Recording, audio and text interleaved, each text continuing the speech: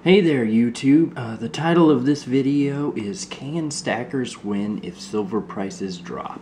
And a spoiler alert, the answer to that question is a resounding yes. I know because I personally have one, and silver, I started buying in when silver was at 27 and it has dropped down, and I have consistently still made profits. They're not huge and they're not mind-blowing, but I haven't lost any money, and that's big too. So now I know of a lot of different ways that I've heard of, whether it be working through silver to sort of beat spot prices if they drop, but I'm only going to go over the ways that I have found that consistently work for me. Excuse me there. First and foremost, I just want to point out that a significant of my portion of my stack is pretty fluid. That means it's either short-term silver buys or kept in cash reserves so I can jump on opportunities. And the reason I do this is because I have a business that can roughly get me about, at certain times of the year, roughly get me about 40 to 50% return on my money if I have it available. That's the big if. And so that's why I make sure my stack's very fluid, and I don't really worry about a 5-10% drop, which is a pretty big drop for silver. If I can turn around and if I have the savings available because of my silver stack, I make, I pick up that loss and then make some quite easily. So that's where I'm coming from. Okay, so besides just me having a business, and that's how I win when silver prices drop, the second way I pretty much combat silver pricing, just spot pricing dropping, is buying semi-numismatics. And I know this is a hotly debated sort of topic in the silver community, and I'm not trying to change anybody out there. You can do what you want. The thing about silver is you control your money and it's yours to control. So I'm not telling you what to do. I'm just saying what works for me. And if you're having problems maybe with spot price dropping, maybe you should look for a few alternatives, and here might be one. Some semi-numismatics that I found really good results with, you guessed it, the Lunar series. They've really kept their price. And I also sort of experimented with the Zombucks, and another, you either love them or you hate them sort of silver. And I bought in right at the first.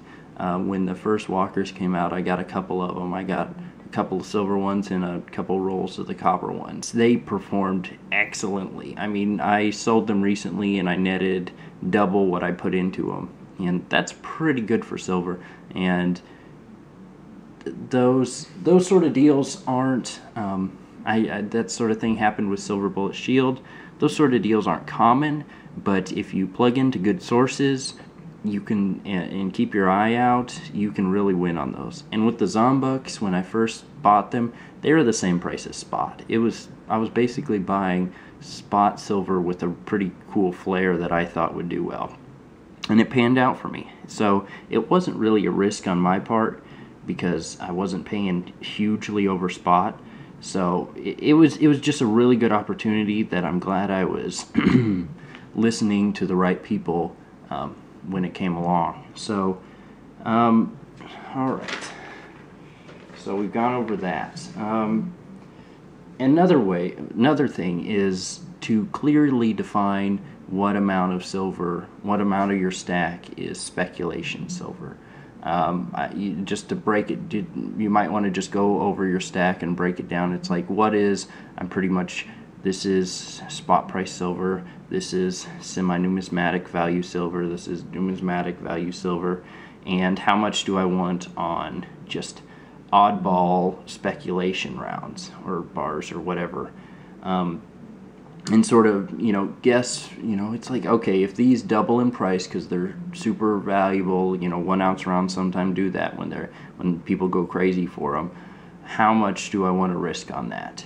and it's good just to write out things and look at the margins and sort of decide for yourself where you want to risk, so you actually know sort of what you're getting into with all that. All right. That's all for that topic. I hope nobody has gotten too beat up about the silver prices dropping, and they probably, Silverfish said, and he's plugged into a lot of good channels, so I defer to him on a lot of things, but he said, it might keep dropping. I can't remember what price it is, but if it goes to 16, I wouldn't be surprised. And it might be a good time to get some cash reserves so you can really jump on some of the cheap silver. And I hope nobody's too beaten up that their investment's gone down just a little bit, but it's always better to have some investments that are savings, that are there for you to use them if you need to, than to not have any at all, and to just because if you're not saving, you're spending your money. It's a simple concept, but a lot of people don't really get it.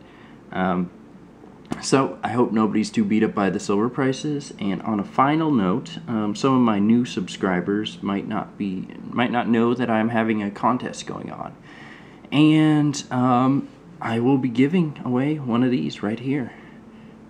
They're pretty nice little Lunar Series Year of the Horse half-ounce silver rounds.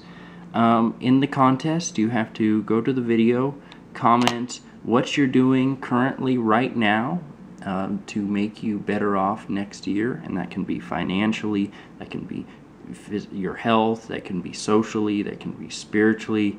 What you're currently, what actions are you taking right now to make yourself significantly better off next year? So it's sort of a semi-long-term goal planning exercise. Hopefully I'll see a lot of you new people over there in the contest. So I think that's all for now. Have a good one. I'm out.